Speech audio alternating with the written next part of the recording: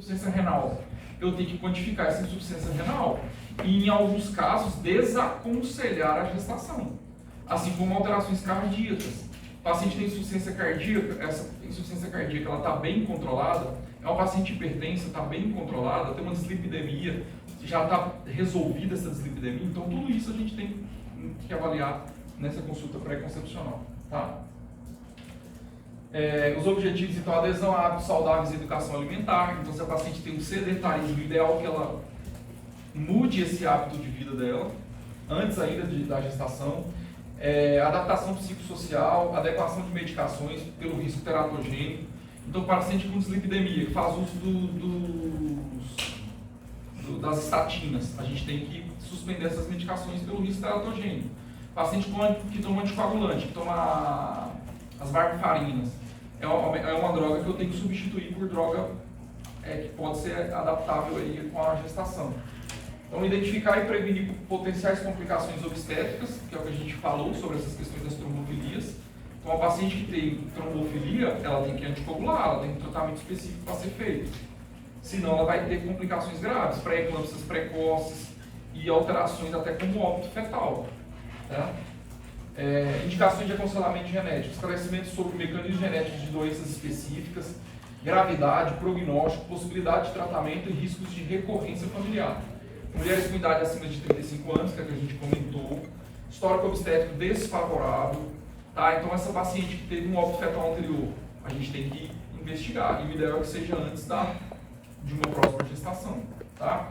Histórico familiar e genética desfavorável, então alterações genéticas, pessoal, a gente tem o mosaicismo de algumas síndromes, as beta-talassemias, tudo isso a gente tem que, as anemias falciformes, tudo isso a gente tem que orientar na pré-gestação aí, tá? Então, pré-concepção, justamente.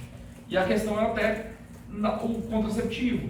Então, assim, pacientes que tomam aquele anticoncepcional trimestral injetável, a literatura coloca pra gente que a paciente, para perder todo o efeito da medicação, pode durar até 24 meses. Tem pacientes que ficam em amenorreia até 24 meses por efeito do trimestral. Então, até substituir contraceptivo é ideal a gente substituir, mesmo que a paciente não tenha uma decisão próxima de gravidez. Então, ela toma trimestral? Toma trimestral. O ideal é que a gente substitua. Porque a perspectiva é daqui um ano e meio, 2, 6 meses. Então, até para a gente evitar uma dificuldade por conta do uso do contraceptivo específico. Tá? E eu não vou colocar um DIU, por exemplo, numa mulher que pensa em engravidar em um ano. Não faz sentido para esse perfil de paciente, tá? Porque o DIU, na teoria, ele dura até 5 anos. Ele pode ser colocado? Pode, mas ele é um método de alto custo.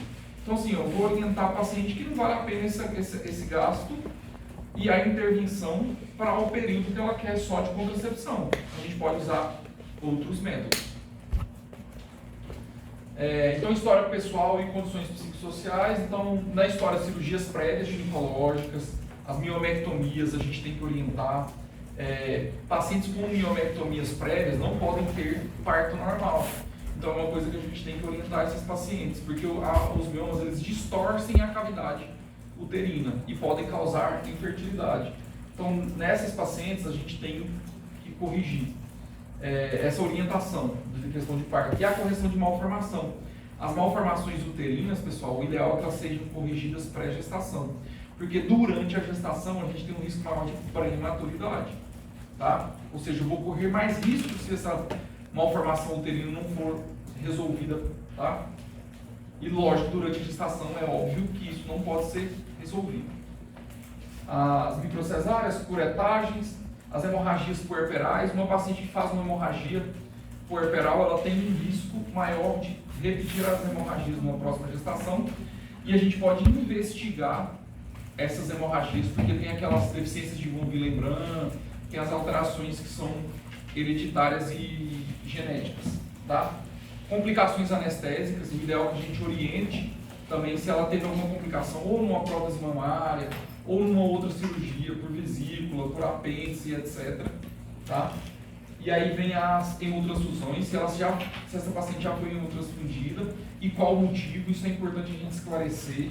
Outra coisa é colonização, pessoal, que é um tratamento que a gente faz para uma lesão no colo do útero, e isso está associado à prematuridade, tá? E o ideal é que essa paciente já esteja tratada em relação a essa lesão para uma nova gestação. Porque entenda, o processo de gestação, ela baixa a imunidade da paciente, naturalmente, porque a gestação em si é um alo-enxerto, é uma enxertia de um cromossomo compartilhado do parceiro. Se a imunidade dessa paciente estivesse plena, ela não permitiria a gestação. Então a gente tem que entender que, por isso, o pré-natal, a gente tem que investigar as infecções, tratar precocemente a bacteriúria sintomática, que é aquela paciente que tem infecção urinária no exame, mas não tem sintoma. Na gestação isso é extremamente importante, porque o sistema imunológico dessa paciente está deficiente. Uma infecção urinária numa grávida é diferente de uma infecção numa não grávida. Uma infecção respiratória numa grávida é diferente de uma não gestante.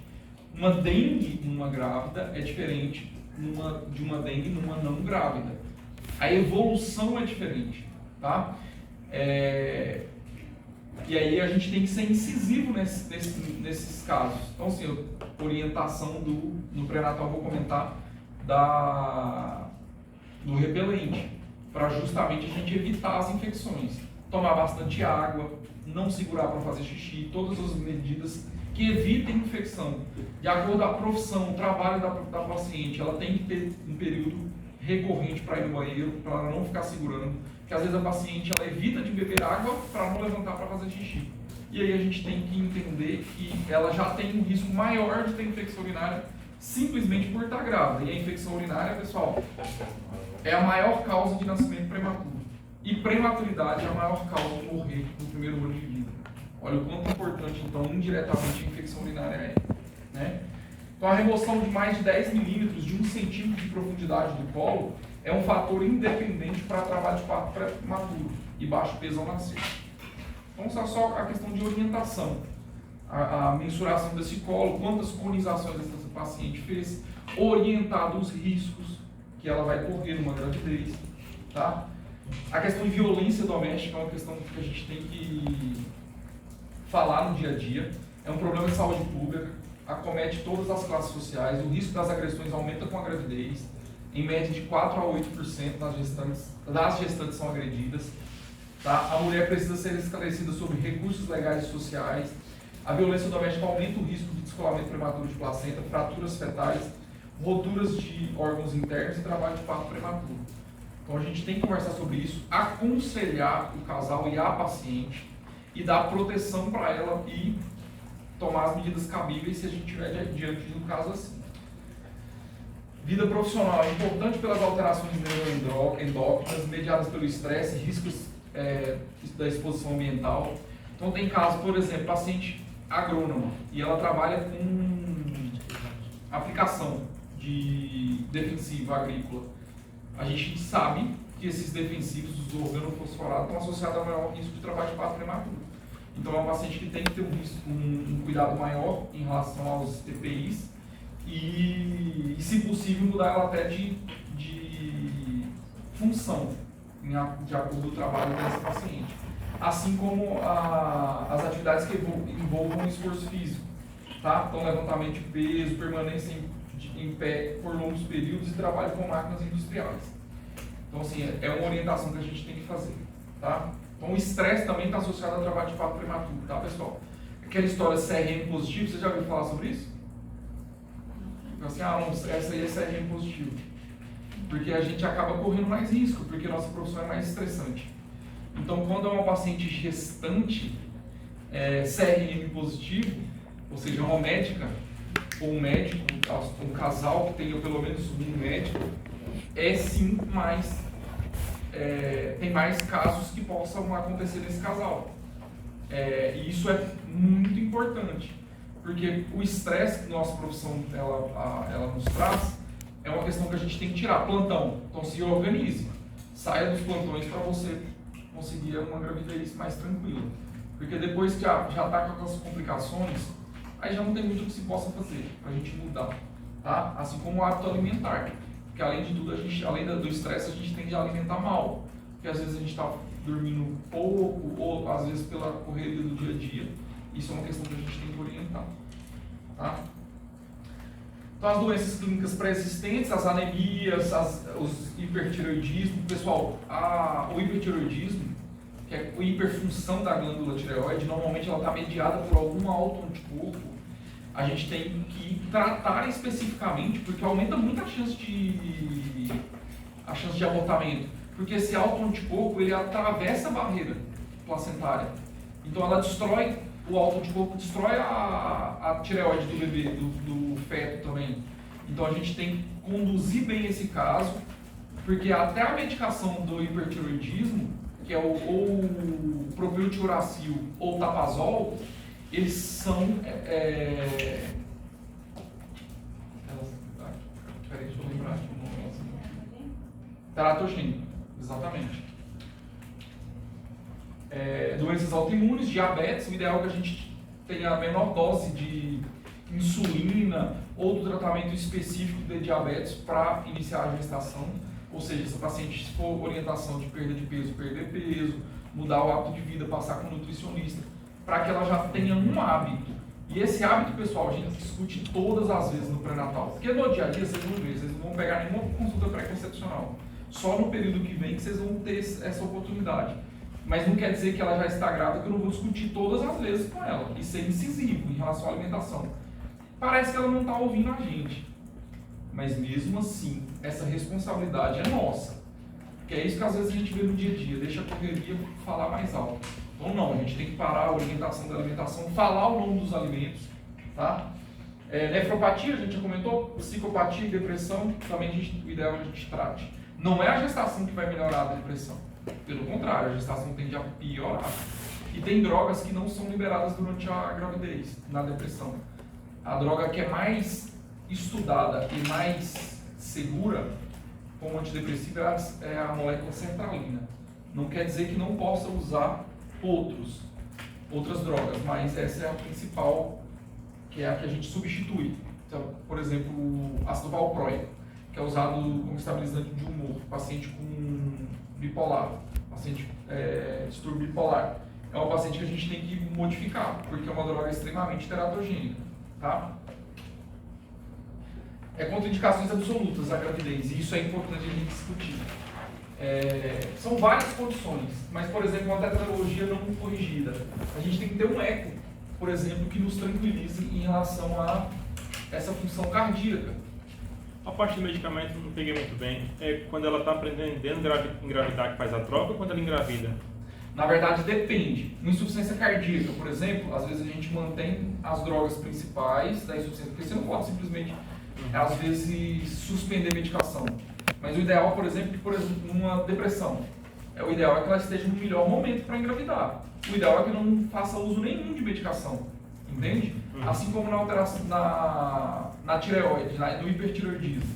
O ideal é que a função da tireoide dessa paciente esteja normal no momento da gestação.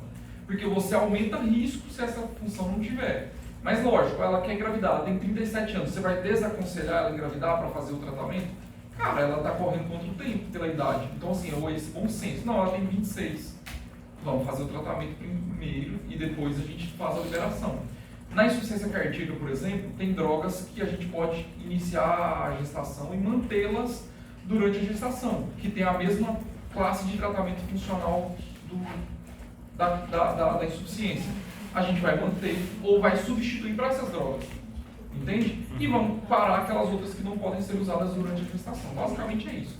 Uma anticoagulação, por exemplo, a varfarina, ela é contraindicada. A gente vai suspender e já prescrever uma enoxaparina, entende? Então tem drogas que você pode ir até o momento da gestação e tem drogas que não. Depende de cada caso, tá? Então a coartação, por exemplo, a síndrome de Marfan ou hipertensão pulmonar primária, tudo isso são patologias, pessoal, que aumentam a mortalidade materna e reduz muito a probabilidade de um sucesso do binômio, de ter o parto de um bebê viável, porque essa paciente com uma gestação próxima de 20, 25 semanas, ela já vai ter uma sobrecarga respiratória, no caso da hipertensão pulmonar, ou no caso de no caso de uma alteração cardíaca. Então, assim, a paciente tem uma alteração cardíaca, qualquer que seja, nós vamos fazer uma avaliação pré-gestação, até para a gente espera, para avaliar prognóstico, tá? Rastreio de doenças infecciosas, HIV, rubéola, toxoplasmose, tuberculose, infecções urogenitais, hepatite, citomegalovirose. Vamos entender que toxoplasmose, por exemplo, existe tratamento. Mas mesmo assim é possível que a gente tenha contaminação vertical. Porque tem um tratamento quando a gente trata a gestante e essa medicação não atravessa a barreira placentária. E aí ela é mais segura. Mas aí tem um tratamento onde a gente infere que esse neném já é contaminado.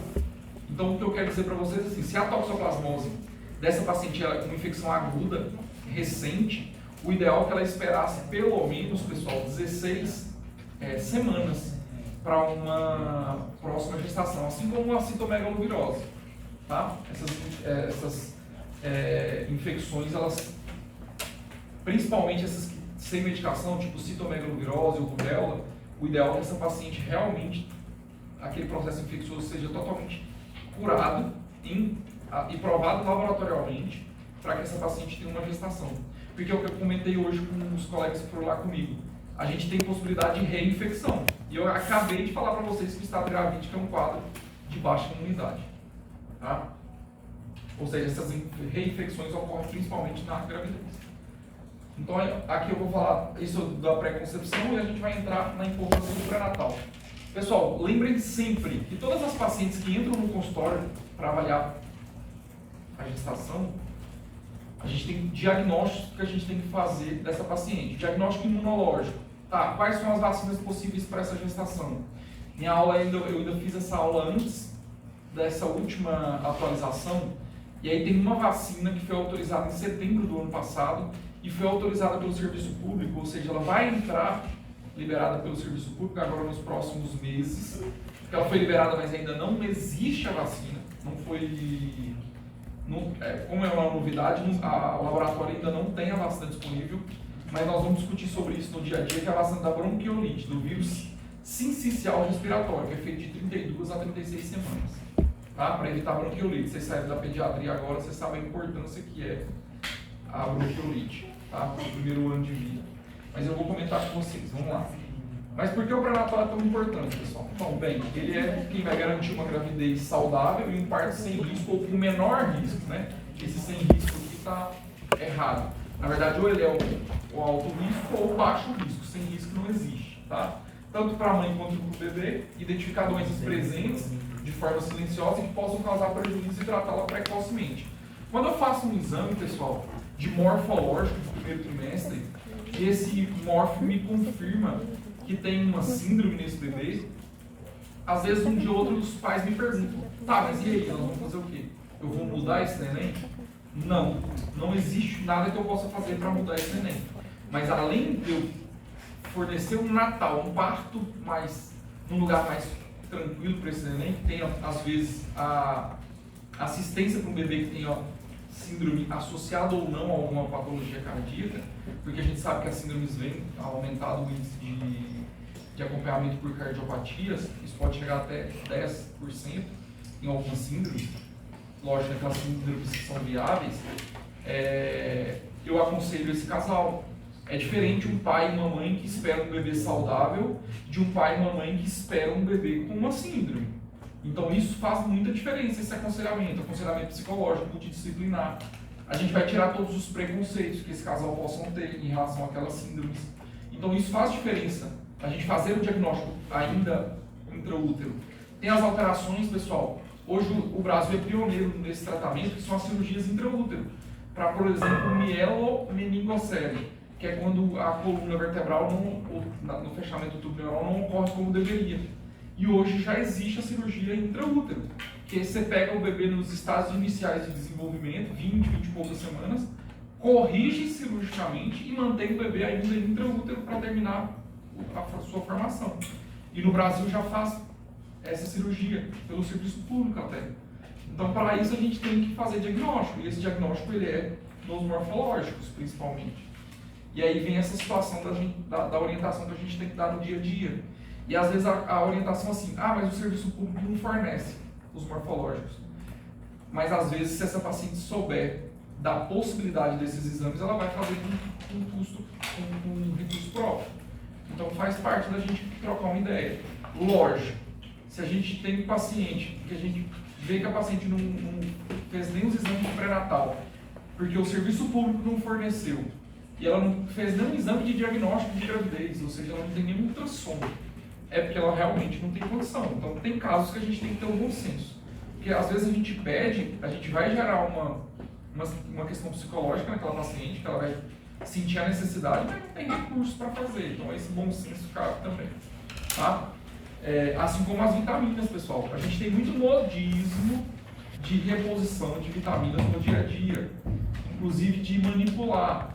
Eu vou prescrever uma receita personalizada para aquela paciente e ela vai manipular. E normalmente essas pacientes que não têm o conhecimento dessa reposição, elas se sentem cuidadas, porque é uma receita dela. E aí ela vai lá e manipula e custa próximo de 300, 200 reais essa manipulação. Só que eu quero que vocês entendam, alguém de vocês fez farmácia? Não, né? Na outra turma tinha uma pessoa que era formada em farmácia. Existe uma questão legal no Brasil que é importante vocês entenderem, que aquele remédio que vende lá na farmácia, que não é de manipulação, ela tem um compromisso legal com biodisponibilidade e bioequivalência. Ele tem que cumprir 80%, é uma questão legal, é lei, ela tem que cumprir 80% do que está escrito na receita do fármaco, do princípio ativo. A manipulação não tem que cumprir. Então, isso é um detalhe que a gente tem. Por que vocês não veem anticoncepcionais sendo feitos em farmácias de manipulação?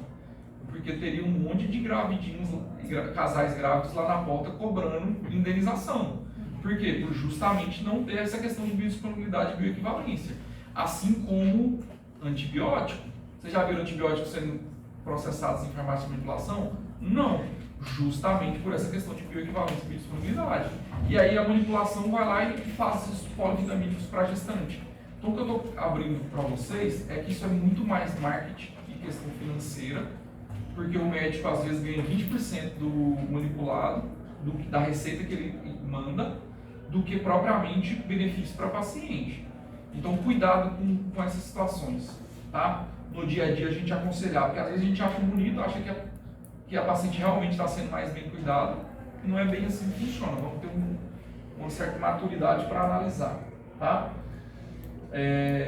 E custa caro. Então assim, eu vou prescrever para essa paciente essa droga, a medicação, o polivitamínico.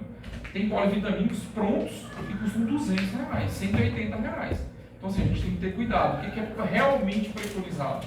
Ácido fólico sulfato ferroso, e dependendo da deficiência dessa paciente. Se tem uma deficiência de vitamina D, se tem uma deficiência de vitamina do complexo B, e assim por diante. Tá? Se tem uma anemia específica. Outra coisa que eu quero trazer para vocês aqui nessa aula é a reposição endovenosa.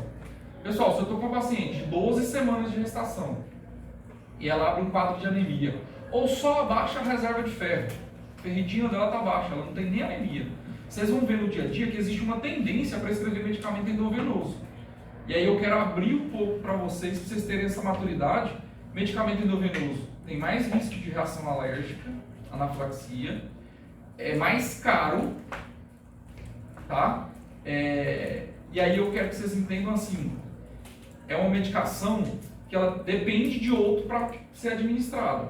Então, além disso tudo, a gente tende a sobrecarregar o serviço de saúde. Então, eu preciso de uma reposição mais rápida, tem horas que eu vou precisar. Numa infecção, prescrever um antibiótico endovenoso, às vezes vai ser necessário.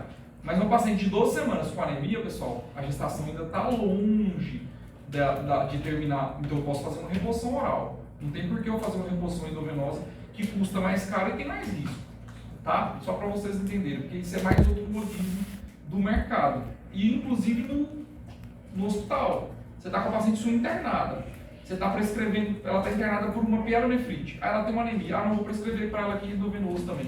Mais uma medicação endovenosa para aumentar um risco que seja de erro de administração ou de custo, tá? Então ter esse bom senso. Se pode ser feita uma reposição oral, por que eu vou fazer endovenosa? Lógico, bom senso, uma doença celíaca, é uma paciente que não absorve bem. Aí é outra situação, uma paciente pós-bariátrica, ela não absorve bem. Aí é outra situação. Então vamos ter esse meio termo, bom senso. tá? Com o pré-natal é possível acompanhar o desenvolvimento do bebê, detectar problemas fetais, como malformações, algumas em fases iniciais, que permite o tratamento intraútero e proporciona uma inseminação de vida normal. A gente já comentou sobre isso. Evitar complicações do parto, assim como uma paciente que tem fatores de risco para pré-eclâmpsia. Hoje já é considerado negligência médica não prescrever o AS e o cálcio, porque é nível A de evidência para prevenção de pré-eclâmpsia. Então a gente tem que ter esse bom senso. É o caso da pacientezinha que nós atendemos lá hoje. Ela é uma paciente obesa, obesidade grau 2, diabética, mas ela veio descobrir a diabetes na verdade. Na verdade eu estou confundindo os casos. Esse terceiro é uma paciente com obesidade, mas não tem outros diagnósticos, né? Ela tinha resistência insulínica. Só, mas eu acho que ela teve um quadro de pré-eclâmpsia de gestação anterior. Então, pré-eclâmpsia numa gestação anterior, iniciou o pré-natal e não foi prescrito para ela o AS e o cálcio. Prescreveram o cálcio com 26 semanas, porque aí já não tem benefício do AS. O AS é para ser prescrito antes de 20 semanas. E aí nós vamos conversar sobre isso na aula de anatomia.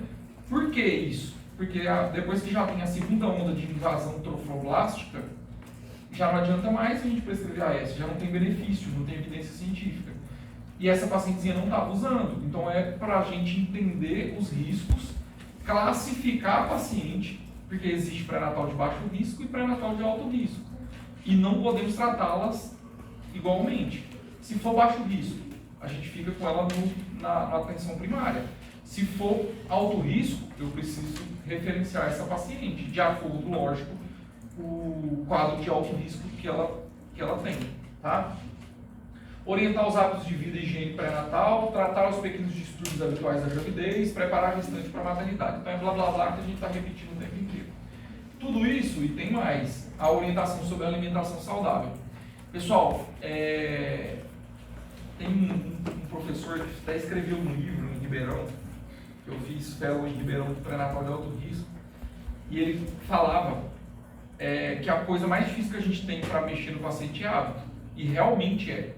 Hábito alimentar e hábito de vida, atividade física. É muito difícil o paciente mudar aquele hábito pelo nosso aconselhamento, mas a gente tem que insistir e colocar os riscos para essa paciente. Porque a atividade física reduz risco de pré-eclâmpsia, agora que está em alta, porque teve aquela cantora lá que fez pré-eclâmpsia grave, que o bebezinho veio a falecer. As pacientes perguntam sobre isso no pré-natal, tá? Então a gente tem... O que eu posso fazer que reduz...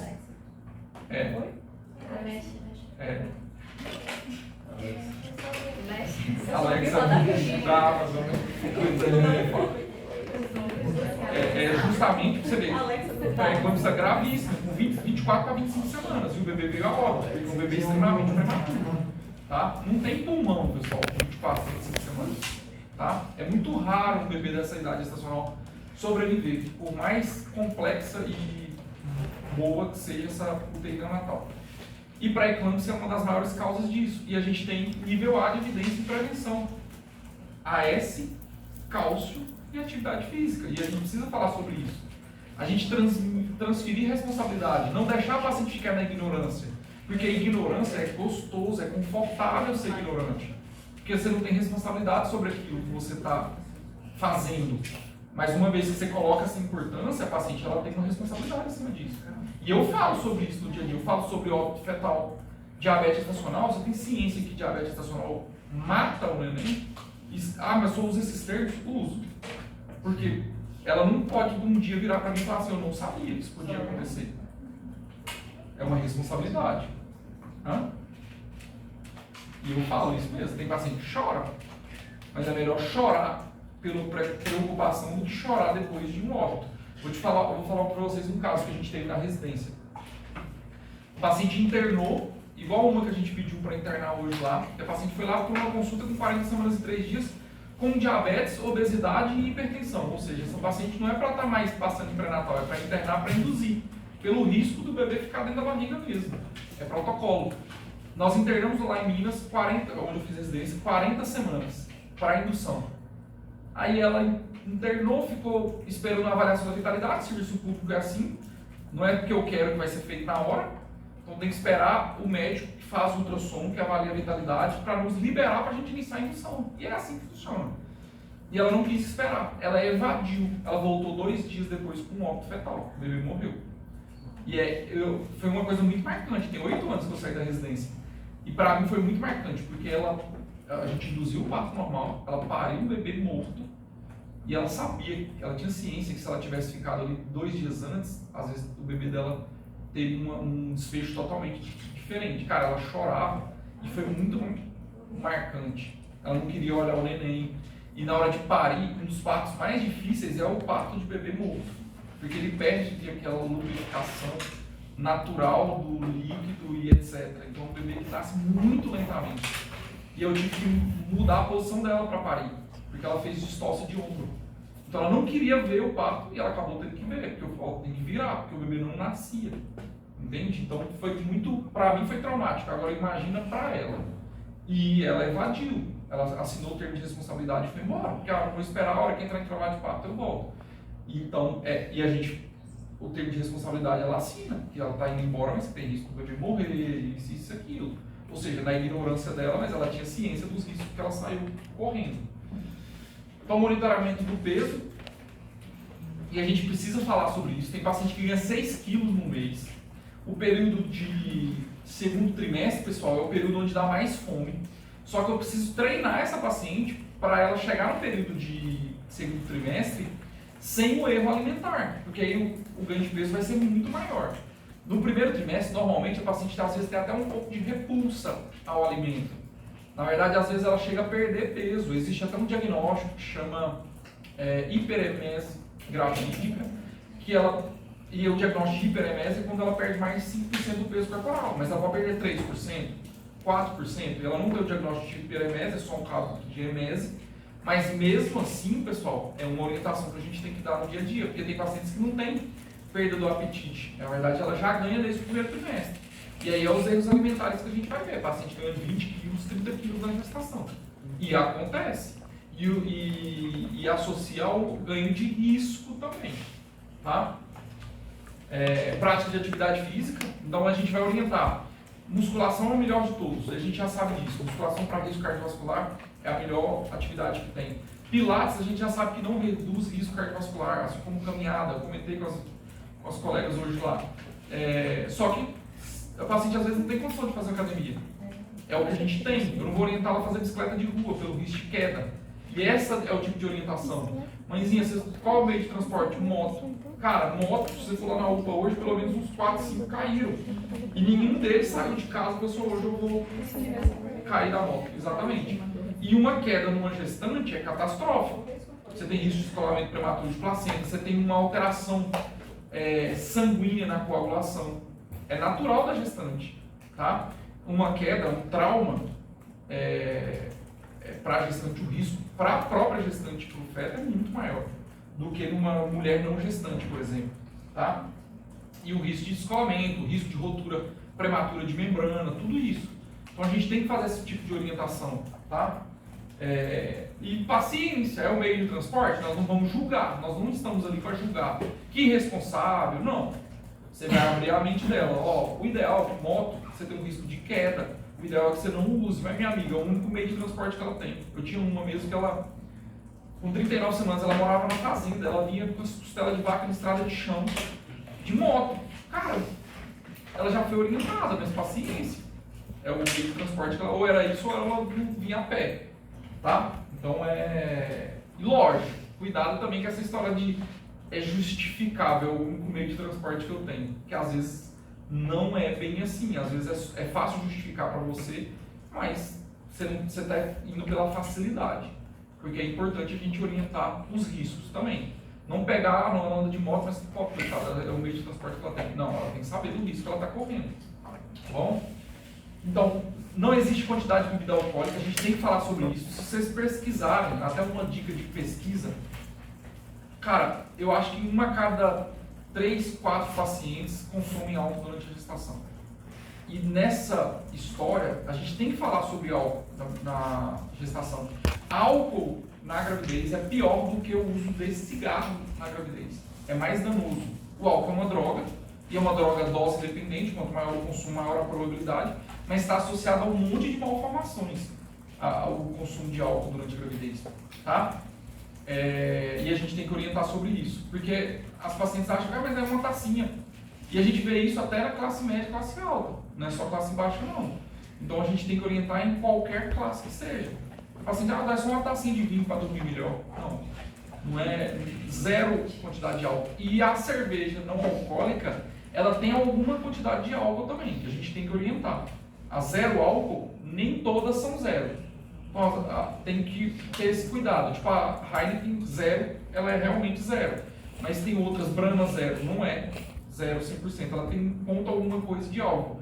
E não existe uma quantidade segura de álcool durante a gravidez. Ah, mas eu conheço uma que, às vezes a paciente fala isso. Conheço uma fulana que bebeu a gravidez inteira. Gente, gestação não quer dizer que usou que vai ter uma malformação consequentemente. Mas você está aumentando o risco, tá bom? É a resposta que vocês vão dar para ela.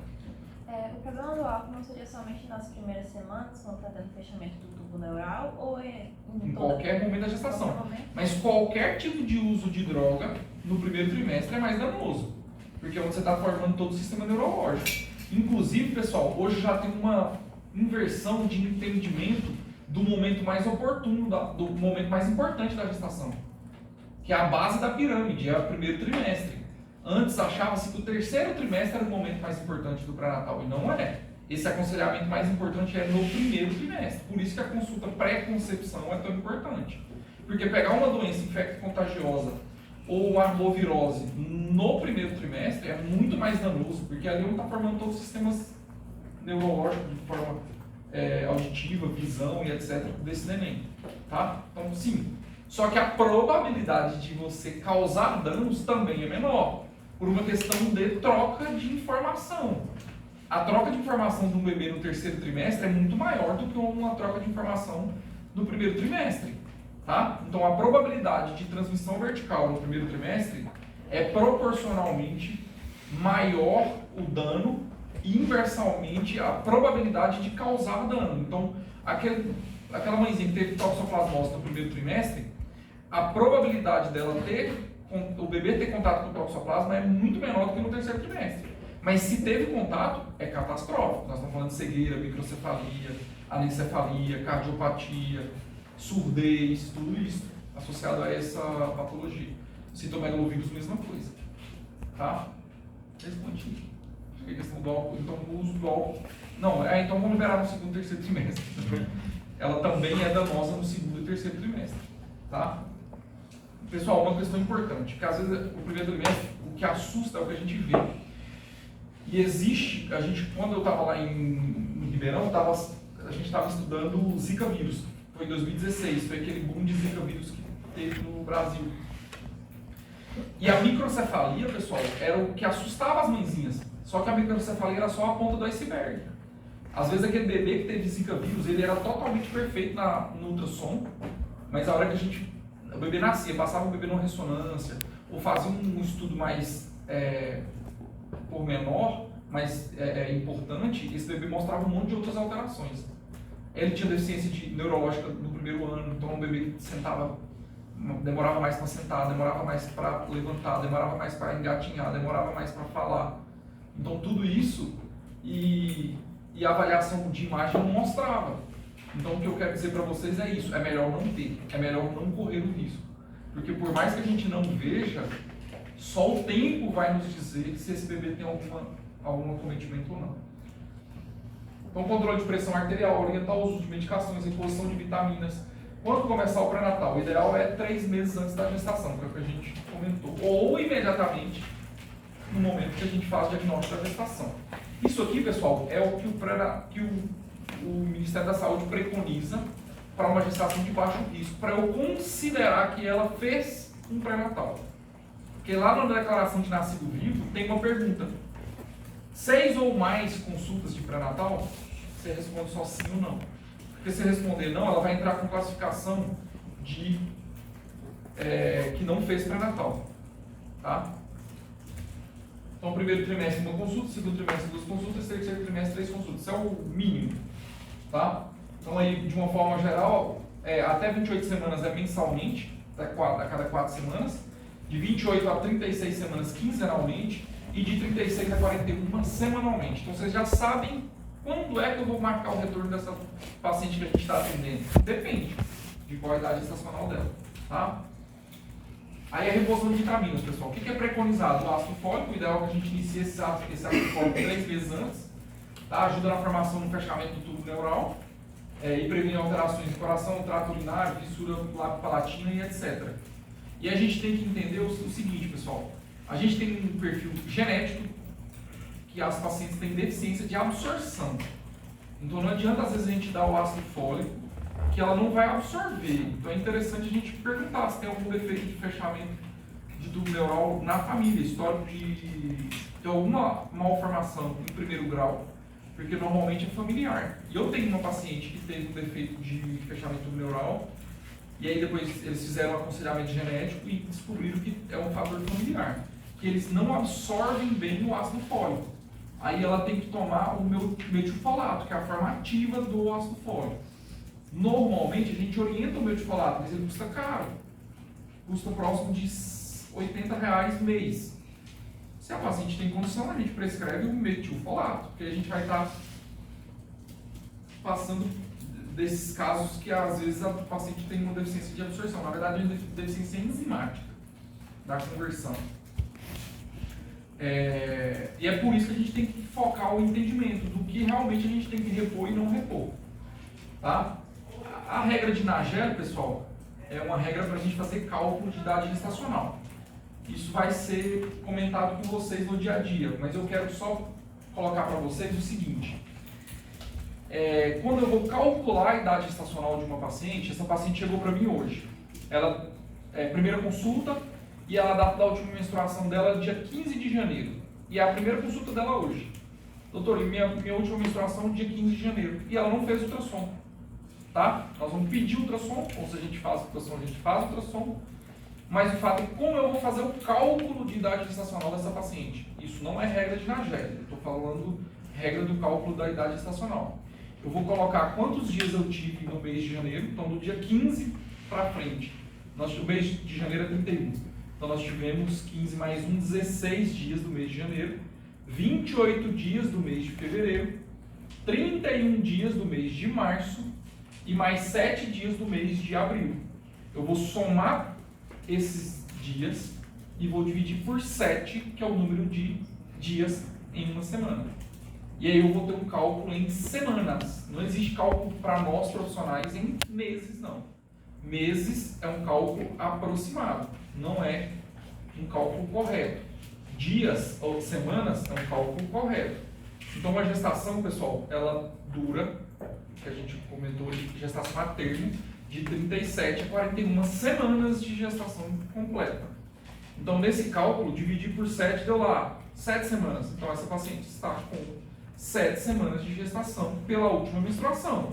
O ultrassom ele vai me confirmar essa idade, porque nem todas as pacientes a última menstruação vai estar correta. Tá? No dia a dia vocês vão pegando isso, não precisa apavorar. Tá? Na regra de Nagel, pessoal, que é o que eu vou comentar com vocês, a gente simplesmente pega a última menstruação da paciente, tá? Para a gente fazer o cálculo da data. Pode perguntar. Qual dos dois métodos é mais confiável? A da menstruação ou a ultrassom? Então, boa pergunta. Na verdade, depende. A resposta é depende. Se esse ultrassom é ultrassom de primeiro trimestre, e lá na aula de ultrassom a gente vai conversar sobre isso, o ultrassom, se ele concordar com a última menstruação, e concordar não quer dizer que tem que dar exatamente a mesma semana e mesmo número de dias. Se tiver uma diferença menor que 7 dias, a gente vai confiar na última menstruação. Se a diferença for maior que 7 dias, a gente vai confiar no ultrassom. Então, basicamente, a resposta é essa. Porque, pessoal, a gravidez, quando a mulher menstrua, ela está grávida? Não. Que é uma pergunta que vocês podem fazer. Só que é a informação que a paciente tem para me dar. Ela não vai saber o dia que ela ovulou. Normalmente, a gestação ela ocorre 2 semanas depois que a paciente menstruou, que é o período fértil, que é quando ela ovula. Só que essa informação ela é rara. Às vezes a paciente que me dá essa informação é aquela que induziu a ovulação ou que fez fertilização in vitro.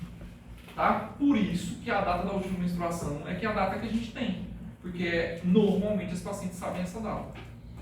E o ultrassom, ele concorda com a última menstruação. Então ele já coloca essas 2 semanas a mais no cálculo. Então, ou seja, eu estou só abrindo a mente de vocês para uma gravidez de uma mulher que chega com 6 semanas, ela não está com 6 semanas, ela está com 4. Então cuidado, porque às vezes o parceiro vem e ele é caminhoneiro, ele viajou, ele está desconfiado. Cuidado quando você fala 6 semanas, aí eles vão perguntar, mas 6 semanas, doutor? Significa que ela engravidou em tal data? Fazendo cálculo retroativo? E aí é onde vocês têm que ter o entendimento. Não, explica para ele, ó, normalmente a mulher ovula 2 semanas depois, 14 dias depois. E ali é o período que normalmente ocorre a fertilização. É ali que ela teve relação sexual e que engravidou. Então quando ela tem uma gravidez de 6 semanas, normalmente não. Eu na verdade estou com uma gravidez de 4. Só que eu vou colocar 6 porque é convenção que a gente coloque pela última menstruação. Ficou claro isso, né? Tá? E a regra de... Deixa eu ver se está aqui para frente, se eu coloco aqui. Ó, a regra de Nagel, pessoal, é somar 7 dias ao primeiro dia da última menstruação e subtrair 3 meses ao mês em que ocorreu a última menstruação. Ou adicionar 9 meses. Ou você subtrai 3 meses ou adiciona 9, tá? Para corresponder aos meses de janeiro. Então, supondo aqui, ó, uma última menstruação de 13 de setembro de 2004, nossa, muitos de vocês não eram nem nascidos, né? 2 anos. A data provável, pessoal, para cálculo da data provável, 13 mais 7, que é a regra, menos 3 no mês. Aí você vai encontrar a data provável do parto. E eu cobro isso em toda prova minha. Eu coloco algumas datas para vocês calcularem a regra de Nagel. Então eu quero que vocês entendam, ó. Mais uma vez, você vai somar 7 dias nos dias do mês e subtrair 3 nos meses dessa última menstruação. Então vou dar um exemplo agora. Dia 17 de fevereiro foi a última menstruação dessa paciente. 17 de fevereiro, qual que é a data provável do parto? 24 de novembro. Foi rápido, né? Eu estava falando, cara. É isso aí. Aí agora vamos fazer um cálculo diferente. Para quem respondeu e para todo mundo, a última menstruação dessa paciente foi dia 26 de fevereiro. É ano bissexto. Não, é esse ano nosso agora. Qual que é a data provável? 26 de fevereiro. Não vai dar tempo de fazer a conta, não, amiga? Aí é justamente o pega que as provas cobram. Não, mas Você primeiro calcula os dias, tá? Aí depois você muda o mês, porque com os dias, por exemplo, você tira aqui, ó. Você vai somar 7 dias. No dia 26 você soma 7 dias, mas o mês de fevereiro só tem 2 dias para te dar. Você vai jogar mais 5 dias pro mês de março. Então, quando você subtrair, você não vai subtrair de fevereiro, você vai subtrair de março. Deu para entender? Deu, né? Porque senão fica muito... Simplesmente é 7 menos 3 e vida que segue. Não é bem assim, tem que raciocinar. Tem que saber quais meses do ano tem 30, 31 e 28. Mas ele ficaria dezembro ou janeiro? Não, aí você ficaria... Aí você subtrai março. Então, dezembro. Que é menos 3. Tá? Então é isso, pessoal. Então, a primeira consulta, a gente vai conversar sobre aspectos socioepidemiológicos, antecedentes familiares, antecedentes pessoais gerais, ginecológicos, obstétricos e da gravidez atual. Precisar bem a última menstruação. Se ela, pessoal, isso é uma questão importante. Se ela fala assim, eu não sei, você escreve ou erro de data ou não sabe. Porque a gente vê muito isso no dia a dia, o colega querer fazer um cálculo pela paciente. Não, pera aí um pouquinho, se você está hoje com 6 semanas, sua última menstruação então é mais ou menos tal data. E escreve lá. Não, última menstruação é informação que a paciente vai dar. Você, hora nenhuma, vai calcular a última menstruação. Tá, pessoal? Se ela não tem, não tem. Aí nós vamos ter que pedir ultrassom para datar essa gestação. Regularidade dos ciclos, eram ciclos irregulares ou não? Porque isso dá confiança, dá mais certeza em relação a esse cálculo da idade gestacional. Uso de anticoncepcionais, paridade, intercorrências clínicas e cirúrgicas, detalhes de gestações prévias, a gente já falou sobre isso. Uso de medicamentos, histórias prévias, uso de tabaco, álcool, atividade sexual, fatores socioeconômicos, geminalidade, reações alérgicas, exposição ambiental, ocupacional, vacinação, histórias de violência domiciliar. O exame físico, então, você vai avaliar peso, altura, pressão arterial. Nesse momento a gente calcula o IMC. Nem precisamos calcular todas as vezes. Na primeira consulta a gente faz o cálculo de IMC e a gente já vai ter uma perspectiva de ganho ponderal para essa paciente. E lá no cartãozinho, deixa eu mostrar para vocês aqui. Vou colocar só para vocês verem. Aqui, ó. No cartão tem esse gráfico de acompanhamento nutricional, de acordo com o IMC. Tá? Então, pelo IMC dessa paciente, a gente vai saber o quanto de ganho ponderal ela vai ter. Tá? E ali o outro já é a altura uterina da paciente. Pela idade gestacional, a altura uterina de acordo com percentil 10 a percentil 90. Se estiver acima de 90, a gente tem que investigar. Se estiver abaixo, a mesma coisa. Tá? Voltando. Fiquem tranquilos que agora é rápido. Não desespera não. Aqui, continuando. Então, avaliação de glucose, tireoide, das mamas, sistema cardiopulmonar. Fazer a ausculta é interessante. A paciente normalmente faz hiperfluxo gestacional e é normal, ou seja, a paciente tem uma hemodiluição fisiológica. E essa paciente às vezes tem um sopro cardíaco. E aí a gente tem que documentar esse sopro, porque também ela pode ter uma sobrecarga cardíaca e ela manifesta as cardiopatias durante a gravidez. Isso a gente não é tão incomum, tá? Então a ideia é ideal vocês colocar uns líntimos para trabalhar, que às vezes eu vejo que vocês colocam no pescoço, ele vai e volta. Pergunta, tem alguém que tem esteto? O cara esquece que está com esteto. A gente nem tá. Essa evolução é a gratificação da volemia? Cada volemia, exatamente. No exame ginecológico obstétrico, avaliar a genital externa, vagina, colo. E isso é interessante. Perguntar, pessoal, a última vez que a paciente fez uma prevenção, um cocô citológico. É importante, porque às vezes é uma oportunidade perdida. É aquela história, se eu colher agora, ela não vai colher mais. Ou seja, a paciente tem 28 anos, 30 anos, nunca colheu o preventivo. Nós vamos colher. Ah, mas ela não está gestante? Pode colher? Pode colher. Não só pode, como deve. Tá? Após 12ª semana, deve medir a altura de fundo uterino, sempre após 12ª. E a ausculta fetal, pelo sonar, a literatura traz como 10 a 12 semanas. Mas a gente vai auscultar no aparelhinho a partir de 14. Porque vocês viram lá hoje, quem passou com a gente, que o aparelho não é das melhores qualidades. E se eu deito uma paciente para fazer a ausculta e não ausculto, ela vai sair muito mais preocupada do que pegou. Fiquei preocupada. Então tem que fazer a ausculta, tá, pessoal? Depois de 14, porque eu tenho certeza que se eu não fizer, eu tenho que encaminhar ela para um lugar para avaliar a vitalidade. Ficou claro isso, né? Não é simplesmente falar assim, desculpa, não deu para ouvir, segue seu caminho. Imagina a cabeça dessa mulher na hora que ela vai sair do atendimento. Então só para orientar isso, tá? Com 12 semanas tem como a gente perceber assim o fundo uterino, porque não é muito pequeno assim. Então, 12 semanas é quando ela sai da pelve. Passa a ser palpável. Com 12 semanas. Então, de 12 para frente, que é isso que a literatura traz. É a partir dali que você vai fazer a avaliação de fundo uterino. Tá?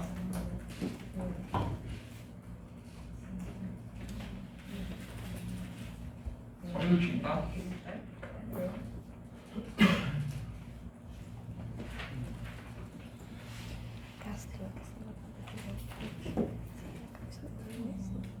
Pessoal, manobra de Leopold.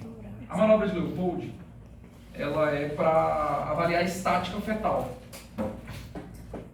A primeira manobra é para a gente determinar o fundo uterino.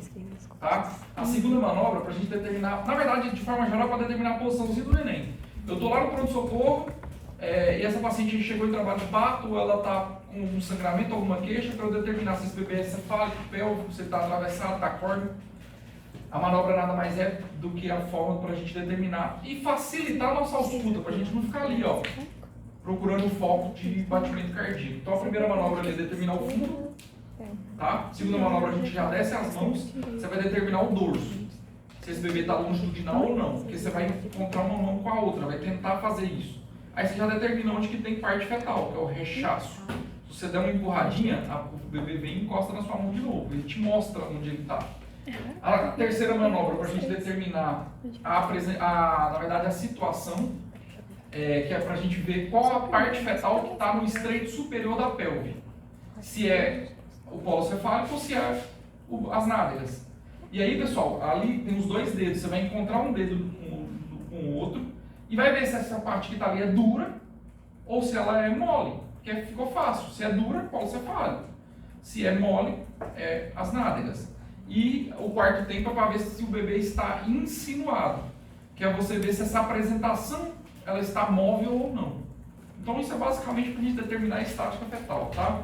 Para a gente determinar a medida da altura uterina, a gente vai usar como a parte fixa a sínfise púbica e é no degrau suprapúbico. Então é onde deixa de ser osso que a gente vai botar a medida, a fita. Igual tá ali na imagem, ó. O início da fita é onde deixa de ter osso. Tá? Então é literalmente degrau suprapúbico. E a parte móvel é a parte do fundo uterino, que às vezes eu vejo vocês invertendo. Determina fixo ali a parte do fundo e puxa a fita e vai medindo aqui na região da sínfise pública. Porque vocês precisam estar com a pontinha da fita exatamente lá no degrau. E aí vocês vão medir o fundo uterino ali, ó, igual na imagem mesmo. E essa medida uterina, pessoal, para que serve? Só para a gente preencher os gráficozinhos lá e etc? Para falar que a gente está fazendo algum serviço? Não, é para a gente suspeitar de polidrâmino, ou de oligodrâmino, ou de gemelaridade, tá? Ou de macrosomia, ou de restrição de crescimento. Algum dos motivos que mantém essa altura uterina aumentada ou não, tá? Os exames, pessoal, que a gente vai solicitar avaliação de glicemia, tipo sanguíneo, para a gente... tem várias causas. Glicemia, por exemplo, a gente vai ter uma aula específica de diabetes, então a gente vai conversar sobre isso. Tipo sanguíneo, a imunização também faz parte da aula, a gente vai conversar sobre isso. Então, tipagem sanguínea, HIV, sífilis, toxoplasmose, a gente já conversou sobre isso. E a gente vai orientar se essa toxoplasmose é IgM e IgG negativo, orientar o que ela deve evitar, para evitar contato com o parasita, tá? Exame de urinocultura, eu comentei já com vocês sobre a questão de prematuridade associada à infecção. Exames da hepatite B, então a gente vai pedir o HBS AG, tá?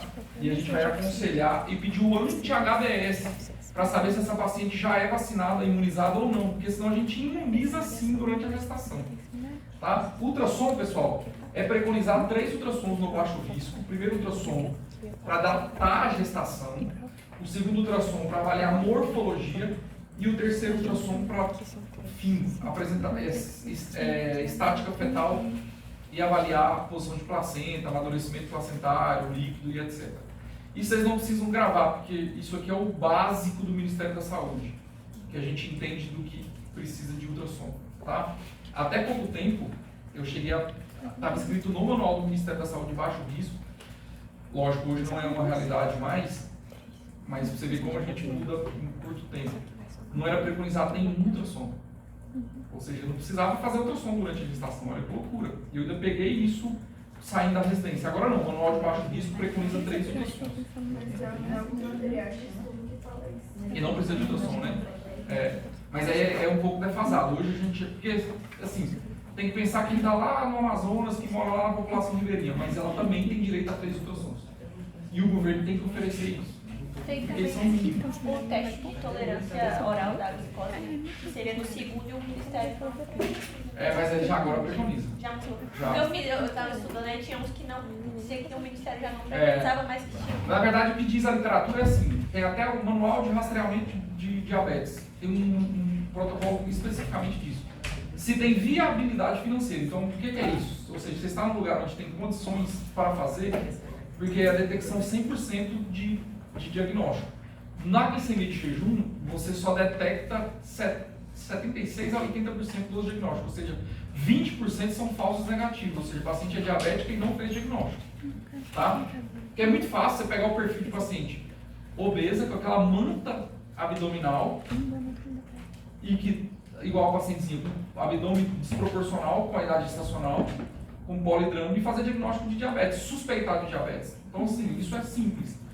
A gente tem que rastrear a população geral, porque é os casos mais complexos. O paciente que tem um ganho ponderal normal, mas que tinha um fator predisponente que a gente não vê no dia a dia, nem pelo ganho ponderal, porque ela já iniciou a gravidez com peso normal, então não dá para a gente prever. O ideal é fazer o rastreamento completo, com um teste oral de tolerância. E nosso município é sim possível fazer. Tá?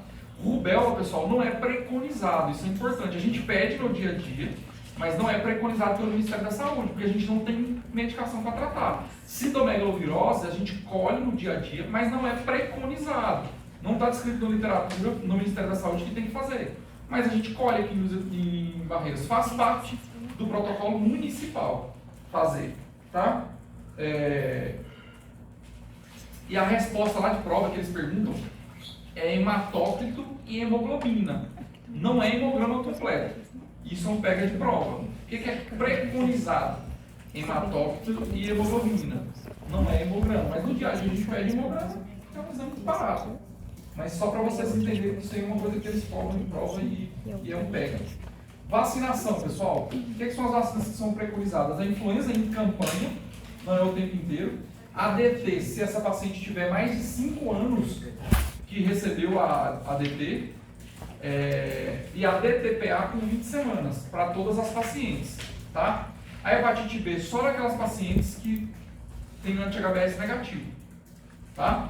Porque tem todos nós aqui, se a gente for ver caderneta vacinal, fez a hepatite, o esquema tríplice, porque faz parte da caderneta da infância. Mas nem todos nós somos imunizados. Tá? E é isso a princípio. Dúvidas? Aqui, ó, esse aqui é o cartãozinho bom, que alguém pegou desse cartão lá no pré-natal? Então, esse cartão, ele está em falta, mas ele é ótimo porque ele tem um espaço certinho para a gente colocar os exames, ó. Porque esse cartão que a gente tem no município, que é aquela folha branca, a gente fica achando um cantinho para escrever. E eu quero que vocês entendam, pessoal, que o cartão de gestante, você não está fazendo ele para você. Porque é isso que a gente vê no dia a dia, cheio de orelhinha, que o pessoal do baixo risco faz, ou do alto risco, sei lá, cheio de orelhinha, e escreve em qualquer lugar os diagnósticos, os exames e etc.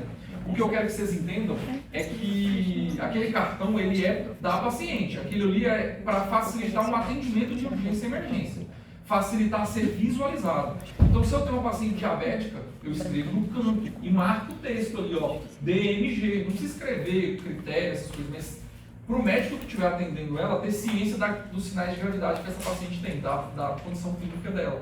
Porque o pensamento todo é num momento de urgência, que essa paciente teve uma queda de própria altura, ou um trauma, ou um quadro de contração que ela não está conseguindo referir, porque está com dor. E aí o médico do pronto-socorro, em 5 minutos, ele consegue avaliar, montar um quadro clínico dessa paciente. Não é fazer igual a gente vê ali, para ficar bonitinho, bota uma orelhinha aqui, coloca outra orelhinha ali, outra orelhinha aqui, orelhinha ali, ou então vai botando uma parte em cima da outra e fica um trem extremamente complexo. Entende o que eu estou querendo dizer, né? Então vamos ser sucintos para escrever e vamos escrever. Quem olha o exame tem responsabilidade de escrever. Tá? Então assim, eu vou olhar o exame e vou assim, não vou escrever não. Tem que escrever. Tá, pessoal? É uma responsabilidade nossa ler o exame e escrever no prontuário. E aqui, ó, tem escrito, esse quadradinho aqui, acredite, está escrito ultrassonografia. A data, pessoal, não é a data que você está vendo o ultrassom, é a data que foi realizado o ultrassom, que a gente fez no dia a dia. Data do dia. A idade gestacional pelo ultrassom, que é o que deu no ultrassom, peso do neném, aqui é placenta, outros, líquido na verdade, e outros. E aí a gente vai escrever os detalhes. Polidrama, outros a gente coloca, ou se tem alguma situação especial, placenta prévia, etc. Se é placenta prévia, é uma outra coisa importante, você vai escrever lá em cima. Placenta prévia, escreve com marca-texto, para você enfatizar essa condição clínica. Se ela entra em trabalho de parto, você não pode trocar. Se ela entrou em trabalho de parto, você tocou, você pode causar um descolamento, um sofrimento fetal ou um sangramento massivo. Tá? Outra coisa importante, nas gestações anteriores, esse quadradinho, ó, aqui é de paridade, quantas gestações ela teve? Teve 4 gestações, então é 0, 4. Dessas 4, quantos foram abortamentos? Quantos foram partos cesáreos? E quantos foram partos normais? O que mais aqui que a gente pode lembrar? Exames. A gente tem que escrever toxoplasmose, IgG, IgM. Eu vejo às vezes os colegas escrevendo o valor que dá lá, tipo 0,34. Cara, quem é que vai lembrar o valor de referência de exame, gente? Só coloca se é reagente ou não reagente, porque cada laboratório tem um valor de referência diferente. Então não vamos colocar número, vamos deixar prático para quem está lendo o exame. Toxoplasmose. Você coloca M/N, não reagente, ou não reagente, reagente, se for. Ou imune, se for não IgG negativo e IgG positivo. Tá bom? Exame de urocultura é a mesma coisa. O que mais que eu ia comentar? Outra coisa. Se eu tenho um ultrassom que a paciente fez, que aí a questão da datação da idade gestacional. Ela fez o ultrassom, está com 20 semanas, ela fez dia 10 de março, e ela veio comigo hoje. Que hoje eu nem cobrei isso de quem estava comigo, porque o primeiro contato não dá para cobrar. Mas ela veio hoje comigo, ela está com... Ela fez o ultrassom com 20 semanas, para ficar uma conta certa, no dia 10 de março. Como que eu vou saber a idade gestacional que ela está hoje? Eu vou somar os dias, é a mesma coisa da última menstruação. Os dias do mês de março, os dias do mês de abril e dividir por 7. E somar com o valor que deu no ultrassom. Aí eu tenho a data de hoje. Tá? Não é porque ela fez o ultrassom lá dia 10 com 20 semanas que ela continuou com 20 semanas. Então de lá para cá teve 21 dias do mês de março, mais 7 dias do mês de abril. Foram 4 semanas. Então ela está com 20, deu no ultrassom, com mais 4 semanas do tempo que passou até hoje. Então hoje ela está com 24 semanas. A gente não vai fazer cálculo de idade gestacional, deixa eu continuar aqui, pela idade que o outro colega escreveu, porque o outro colega erra. Porque aí você viu que o colega atendeu ele a paciente dia 31 de março. Eu atendi agora dia 7, então eu vou só adicionar os dias e está tudo certo. Não, porque o colega pode ter errado lá na hora de fazer o cálculo. Vocês vão fazer o cálculo todas as vezes. Nós estamos agora no momento de aprendizado, não é de tocação de serviço. Tá? Eu cheguei a atender 30 pacientes numa tarde. Vocês vão atender 3. Então, assim, o que eu sempre digo é isso, cara, vocês precisam, nesse momento, não é tocação. Vocês precisam aproveitar melhor os casos. Tá? E aqui, ó, para a gente escrever data, a queixa da paciente, a idade estacional, peso e IMC, se tem edema ou não, nós vamos avaliar no inferior. Tá? Altura uterina, acho que aqui é peso não, edema, pressão arterial, esse de baixo de edema, altura uterina, apresentação, e essa apresentação a gente só vai colocar no terceiro trimestre, vai passando só um tracinho ali quando é no início, porque a apresentação é indiferente no primeiro e segundo trimestre. O BCF, e se teve movimentação fetal durante o exame, que é esse ó, BCF barra movimentação. Aí você vai colocar o 145, por exemplo, e movimentação, se houve ou não, você coloca mais. Se movimentou muito, mais. Toques, a gente não vai tocar de rotina, a gente só toca aquela paciente que tem queixa de dilatação ou tem alguma coisa específica, mas a gente não toca de rotina. E embaixo a gente vai escrever o que a gente fez pela essa paciente. Porque assim, às vezes você vai lá e orienta a medicação, e a paciente depois fala para o outro colega que não foi orientado. Não, o doutor viu que você estava com anemia e não te orientou a tomar os 4 rosas, não está escrito.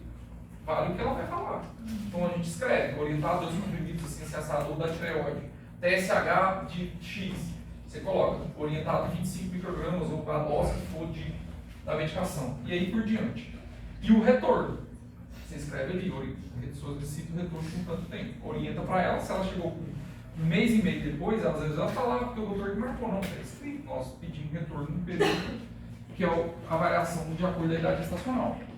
Certo, pessoal? E é isso. Fim.